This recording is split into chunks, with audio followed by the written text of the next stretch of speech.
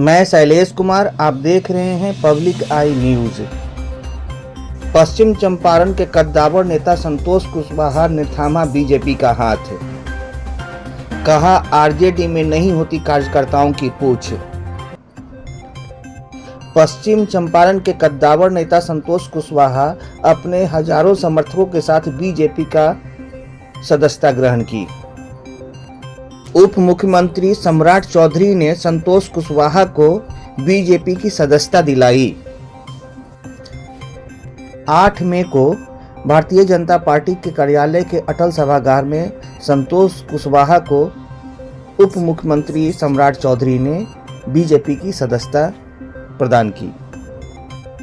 सदस्यता ग्रहण करने के बाद संतोष कुमार कुशवाहा ने कहा कि पिछले कई महीनों से आरजेडी में मुझे घुटन हो रही थी। वहां कार्यकर्ताओं को तिरस्कार की भावना से देखा जा रहा था, उनकी कोई पूछ नहीं थी। हमने देखा है अपने जिला में, पूर्वी चंपारण में साथियों, ऐसे हमारे आदरणीय लालू यादव जी ने करके दिखा दिया कि हमारे सारे नेता लोगों को झोरा झंडा टोपी रखा जाएगा पार्टी से।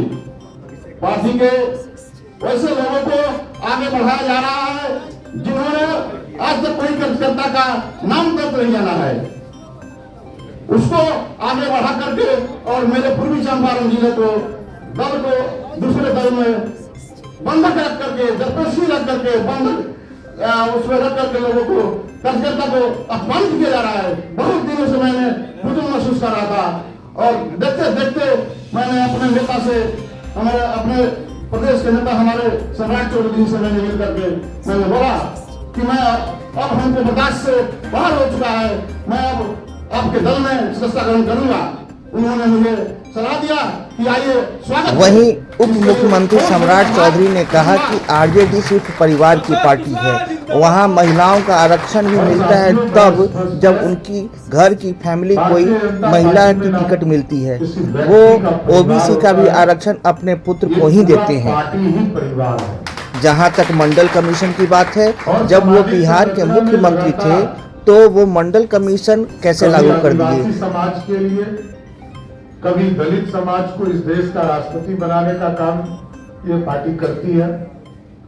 लेकिन दूसरी पार्टी जहां से आप आए हैं, राष्ट्रीय जनता दल में सिर्फ अपने परिवार के लिए जीते, वहां कोई दूसरा परिवार नहीं है। वहां आरक्षण भी अपनी पत्नी को देकर ही महिला आरक्षण गिनाया जाता है, अपने बेटा को आरक्षण देकर ओबीसी का आरक्षण गिनाया जाता है। लेकिन भारतीय जनता पार्टी में एक एक समाज को जोड़ने का काम भारतीय जनता पार्टी करती है। और लोग बहुत बोलते होंगे, राजद के नेता लालू प्रसाद जी कहते हैं कि मंडल कमीशन मैंने लागू कराया। उनको याद ही नहीं है, बूढ़े भी हो गए हैं, बुजुर्ग भी हैं, बीमार भी। उनको याद ही नहीं रहता है कि वो प्रधानमंत्री नहीं बन पाए थे, वो मुख्यमंत्री थे। और जब संविधान बदले जाते हैं तो भारत की सांसद जो है इसको तय करती है इस देश में नया कानून कैसे आएगा। मंडल कमीशन जब लागू हुआ साथियों, तो बीपी सिंह जी देश के प्रधानमंत्री थे और उनके पास मात्र 146 सांसद हुआ करता था। कांग्रेस पार्टी के पास 200 सांसद थे। जब भाजपा ने समर्थन किया 85 सांसद से, तब इस देश में मंडल कमीशन लागू हुआ। नहीं तो मंडल कमीशन लागू ही नहीं होता, आरक्षण लागू ही नहीं होता। और आज लालू प्रसाद जी आरक्षण की बात कर रहे हैं और अब तो खुलकर वो कह रहे हैं कि मुसलमान को सबसे पहले आरक्षण देना है। कल का ध्यान भी आ गया। लेकिन आप समझिए, इस देश को श्रेष्ठ बनाना है और देश में एक एक व्यक्ति को आरक्षण है, एकदम पता रखना चाहिए। कोई वर्ग नहीं छूटा है, चाहे वो दलित हो, पिछड़े हो, अति पिछड़े हो या स्वर्ण समाज हो। जो आर्थिक रूप से गरीब है उन सबको आरक्षण है। कोई ये बोलता हो कि हमको कोई आरक्षण नहीं है, एकदम आप साफ तौर पर कह सकते हैं इस देश में मोदी और भाजपा जनसंघ के लोगों ने एक एक व्यक्ति के लिए आरक्षण की व्यवस्था किया है।